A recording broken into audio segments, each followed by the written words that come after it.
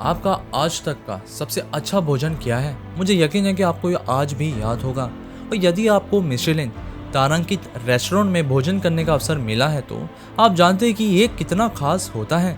लेकिन एक tyre company का भोजन से क्या लेना देना? मिशेलिन दुनिया के सबसे बड़े टायर निर्माताओं में से एक है और इसने यह भी निर्धारित किया है कि अस्तित्व में सबसे अच्छे रेस्टोरेंट कौन से हैं। जब बढ़िया भोजन की बात आती है तो मिशेलिन की गाइड एक गीता की तरह है और एक प्रतिष्ठित 3 सितारा पुरस्कार उस रेस्टोरेंट को एक बहुत ही चुनिंदा समूह का हिस्सा बनाता है। एक टायर निर्माता कैसे इस बात का अधिकार बन गया कि खाने के लिए सबसे अच्छी जगह कहाँ है?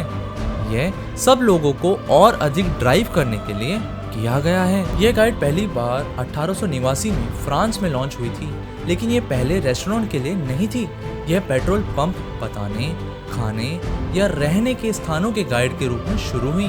गाइड में नक्शे भी थे और दिखाया गया था कि टायर कैसे बदलते हैं। 1926 में चीजें बदल गईं जब उन्होंने खाने के लिए सबसे अच्छी जगहों पर सितारे देने शुरू किए। यह 1931 में एक 3 सितारा प्रणाली में विकसित हुआ। 3 सितारा को सबसे अच्छे रेस्टोरेंट को सम्मानित किया जाता था। 1936 में उन्होंने प्रत्येक सितारे के लिए दिशा निर्देश निर्धारित किए।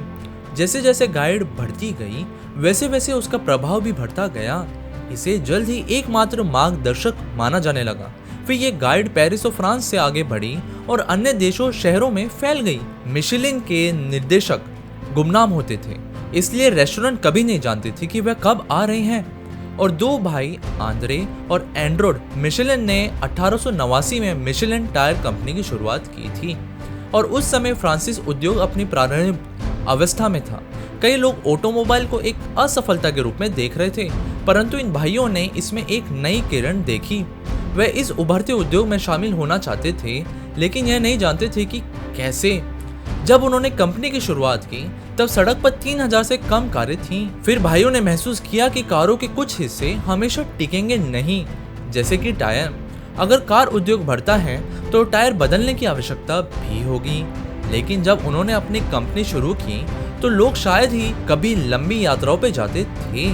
अधिकांश कारों का उपयोग संक्षिप्त यात्राओं, छोटी सी सवारी के लिए होता था, इसलिए टायर लंबे समय के लिए चल जाते थे। यहीं पर मिशेलिन गाइड का निर्माण शुरू हुआ।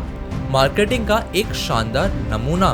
गाइड के पीछे का विचार लोगों को उनकी मंशा से अधिक यात्रा करने के दबाव डालना था।